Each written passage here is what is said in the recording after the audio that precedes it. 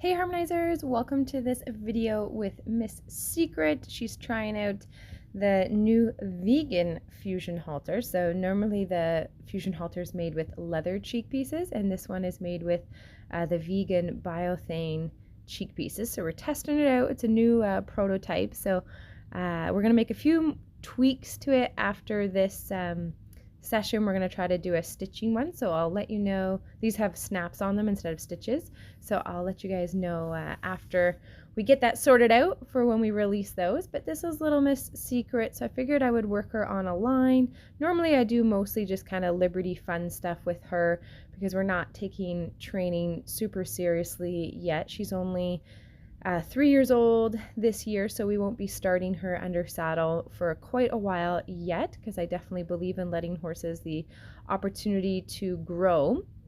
And some of you guys had questioned in one of my last videos, what are those marks on the shoulder? And those are shoulder rubs from their blanket. And normally we have pretty good luck that their blankets fit pretty nicely and they don't get those rubs, but for whatever reason this year both her and Alicia got them. Sometimes it's from not having the right size of blanket, sometimes it's because they the material on the inside of the blanket. Now they both were wearing the Buca blankets with the wick-away liners in them, so I don't know if maybe the wick-away liner was rubbing on them a little bit. Not really sure there, but that's what's going on with her. So in this video I'm going to show you guys some groundwork stuff that we're doing, a few transitions, and a ground tie that I am super duper proud of her for. And then unfortunately the footage, because it's still horrible and cold in Canada right now, the camera cut out after a certain amount of time and didn't actually record the whole session, which is just the joys of winter time and technology not wanting to work super properly. So I apologize for that in advance, and but anyways, you'll still get to see her super awesome ground tie that I'm super proud of her for doing. Definitely one of the toughest tasks that I've asked her to do. And what I was really happy about with her here is just how kind of quiet she is today. She tends to be a horse that picks up more on her environment and can be a little bit more excited and really kind of aware. And she seems pretty soft and more relaxed in this session today, not as reactive and kind of aware of everything. So this was really nice to see a little bit of a change in her. You can see as we're doing the lunging going around, I'm starting to ask her to lower her head a little bit as she's going around, and I'm really trying hard to keep a slack in the lead rope. So you can see how virtually hardly at all I don't pull on that rope. There's a couple of moments when she's coming around the side that I might touch it, but for the most part I'm trying to leave a loop in the rope, and that's because I'm trying to get her to cue off of just body language rather than off of feel. And that's just because it helps with liberty. So I think there's value in teaching horses more than one way to do the same thing. I think it's important for horses to learn how to work off of touch and feel and contact. But then I also think it's good for horses to learn to read your body language and to work off of rhythm and from watching and tracking you.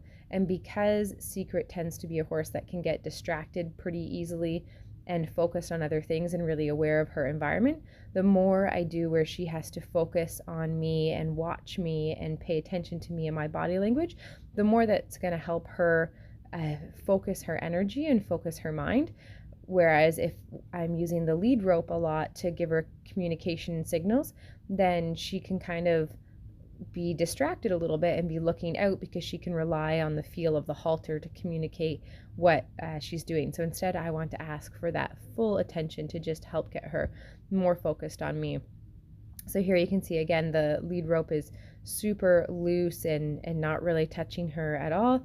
I'm trying to ask her to shape a little bit more, so there she starts to give me a little bit better shape.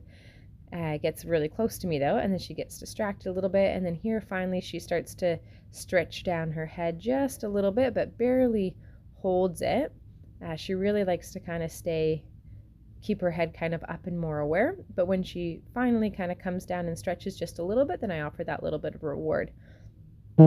She's got that really good little buckskin color coming through a little bit this spring, so we'll have to see what she looks like this summer. Buckskin horses definitely can look different so a lot, like every single year. And I was told by the breeder of this particular horse that for whatever reason, the babies produced by her stallion tend to not really show their buckskin color until their 3-year-old year. And she has kind of mostly looked brown for most of her life. So I'm really curious to see what she's going to look like this summer. We can see little bits of that shining through. So we'll have to kind of be patient a little bit more as they start to shed out. I'm told that this week we're supposed to start getting temperatures over 0 degrees. So that would be super nice if that were to happen. And then we can get out of blanket season and the season of technology not working because it's so cold and everything else that comes with winter and ice and all of those wonderful challenges that we have. So you may notice that the lights just turned out there, and when that happened, I was like, oh, okay, well, maybe I should go turn them back on. And I thought, oh, this could be a good ground tie test to see if she could handle me actually leaving the arena to go and turn the lights back on. So the lights are brand new. We just got them recently. We were going off of not a strong lighting before. We had lighting in the arena, but it was pretty weak lighting. So this is new lighting, which actually makes a big difference, I think. So before I test her with going out of the ring, I try to set her up for success by just kind of walking around her and doing a close ground tie.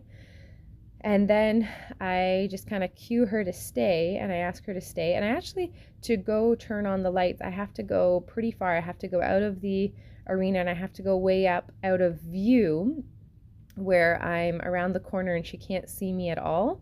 So that way I can turn on the lights that are up by the front entrance of the arena door. So she's actually standing really, really well. She takes those 2 little steps. I think she crept forward there so she could try to keep her eyes on me and see where I was going. But this is my little baby horse that I don't take out all that often for training. Well, I guess she's not that little anymore. So I'm super impressed. I love how she even took her foot back. She's like, yeah, look, Mom, I didn't move. I stepped back. So she definitely earns a cookie for that. I'm pretty impressed. Lots of horses would be walking over to the gate thinking that you're going to leave them and asking, to follow you and things like that. And she did really well sticking with me the whole time there. So I'm pretty happy with that for sure. So we're going to do a little bit of moving the shoulders here. When I did that, I realized that she was kind of swinging her hip a little bit. So here I just tried to isolate that a little bit more and ask her to cross those front legs rather than swinging her hip so much. So just waiting for her. There's a nice cross step there. And then going off afterwards. So sometimes good horse training takes little moments like that where you, instead of just kind of being like, oh, whatever, that doesn't really matter that my horse didn't understand that cue, you actually take the time to stop and say, okay, my horse didn't understand that. I'm going to fix that. So we started to work on some canter work, and we did a few other things. Here's just a tiny little bit of canter because then the camera freezes for the rest of the session because of how cold it is. So anyways, I hope you guys enjoyed that video, and thanks for watching.